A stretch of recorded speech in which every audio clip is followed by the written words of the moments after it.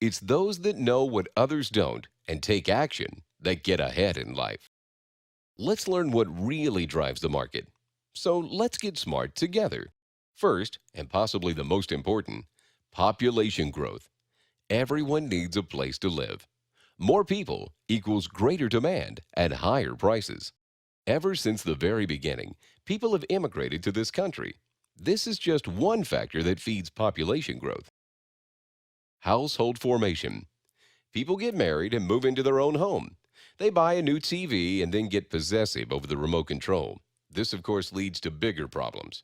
Time goes on, the fights start, and what happens?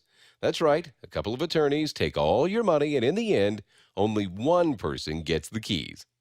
Where does that leave the other party? You guessed it, looking for a new home. We jest a bit here, but sadly, this happens to over 50% of marriages these days and is a factor in the market. Life expectancy. People are living longer, staying active and independent longer. This, of course, means they're staying in their homes. This, too, provides support for the market, as homes are not vacated at the pace that matches the demand. The U.S. Census estimates that by the year 2040, we'll have over 400 million people in this country. That's 3 million per year, and there are fewer than 3 people per household. So if we do the simple math, we need a million new homes each year just to keep up with the need, and that doesn't include second or vacation homes, which have grown in popularity. New births, immigration, longer lifespans, it all contributes to rising population. Yet where will we all live?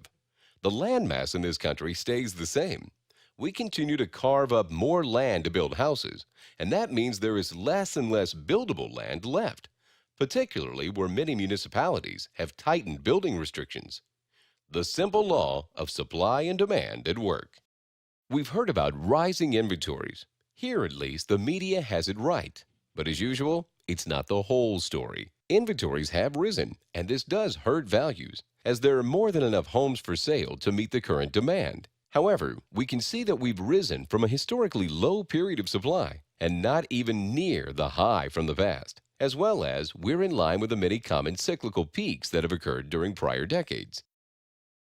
Now, builders have pulled back from a historically long building boom. This is a component of the market that you can see that has sharp up and down movement. It takes time to get permits to build, and often, by the time you do, the market has changed. Now, as builders stop building and walk away from options on new land, they will ultimately, once again, find themselves behind the curve, and there will be less supply to meet the growing population, and the cycle begins again. Home sizes have also increased steadily over the years. Bigger houses cost more to build and sell for higher prices. There is also a cyclical but steady trend towards greater participation in housing. We see it falling back a bit at the present, yet the overall trend is very clear. The reporting that homes are not affordable is a bit of a myth. First-time buyers may really need to stretch, but once you're in, your income will usually rise, yet your interest payment does not. This makes it more affordable over time, and besides, ultimately you can earn far more in equity than what you spend in payments. Over time, more and more women have joined the workforce. The contribution of this income to the household has enhanced affordability. Not only are women working more, but they are more commonly securing highly compensated positions as executives and proving their skills in areas not always open to them before. Despite what some economists have said, housing prices have appreciated right in line with disposable income rates. More income equals greater affordability and higher values. So let's look forward. What will likely happen in this crazy market? Will prices go down, rocket back up, or will cool heads and fundamentals prevail and bring us further along the path of the historical trend? We can't always expect things to be exactly as they were.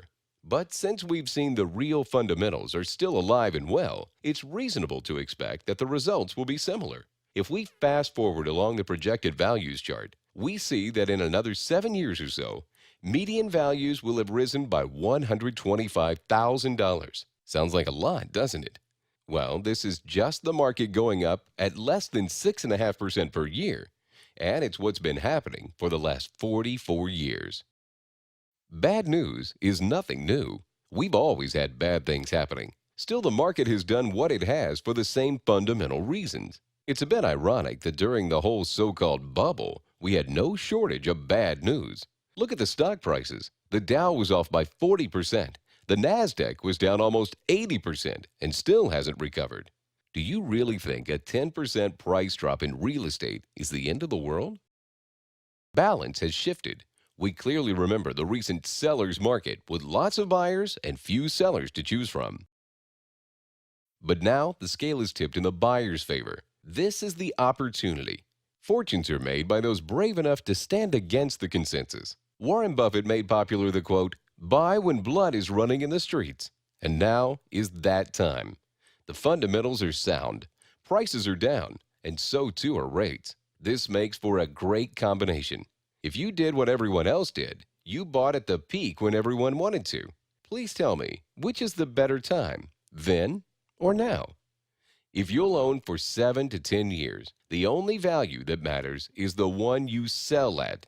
And where do you think that will be? Careful planning is key. Some things you've heard are true, like the one about location.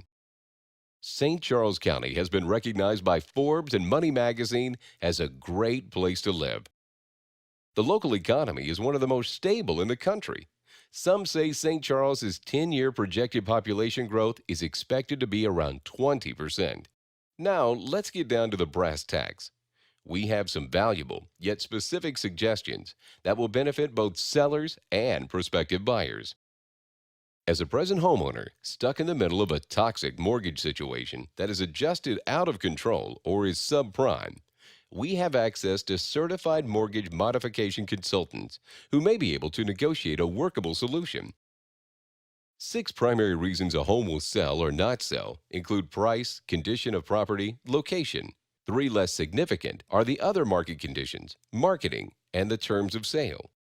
Some sellers may well be advised to consider the benefits of offering to contribute to what is called a buy down of interest rate for the buyer in lieu of lowering the price or negotiating it down. In our example, executing a seller-funded interest rate buy-down for the benefit of the buyer saves this buyer $127 per month versus $55 a month with a price reduction in the sale price. Consult your mortgage expert.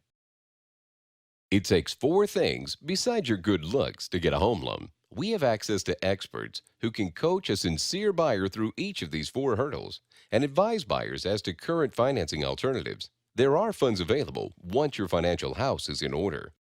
There is considerable help available to aid buyers with impaired credit issues. You can get advice how to rid their credit report of nasty items and learn how to inject good input, boosting FICO score, making you fall well in line with the lender buying guidelines. The type of delinquencies that might be able to be removed from your credit report include tax liens, medical bills, judgments, repos, foreclosures, evictions, charge-offs, bankruptcies, and short sales, just to name a few. A mortgage expert can interview you personally to be creative in locating the funds required by the lender. The emphasis here is on creativity. It may involve soliciting the resources of a close relative or perhaps your employer. It may even consist of utilizing a couple of these suggested sources all combined. Where there's a will, there's a way. Congress recently passed this tax credit for purchases between April 9, 2008 and July 1, 2009, and it works like an interest-free loan and must be paid over 15 years. Consult your tax advisor for details. We strongly suggest you contact your tax advisor to explain the facts and benefits to your situation. Don't feel overwhelmed. We're here to help you navigate through it all. Remember, perspective is the key. It is a cliche, but it's a good one. Opportunity comes to those that realize it for what it is. Still, it's not enough to see it. You must take action. For with proper perspective and the sage advice and counsel of your advisors, the time to take action is now. Created by Robert Rutledge and Merle Schneider. Copyrighted 2008. Thanks for your time.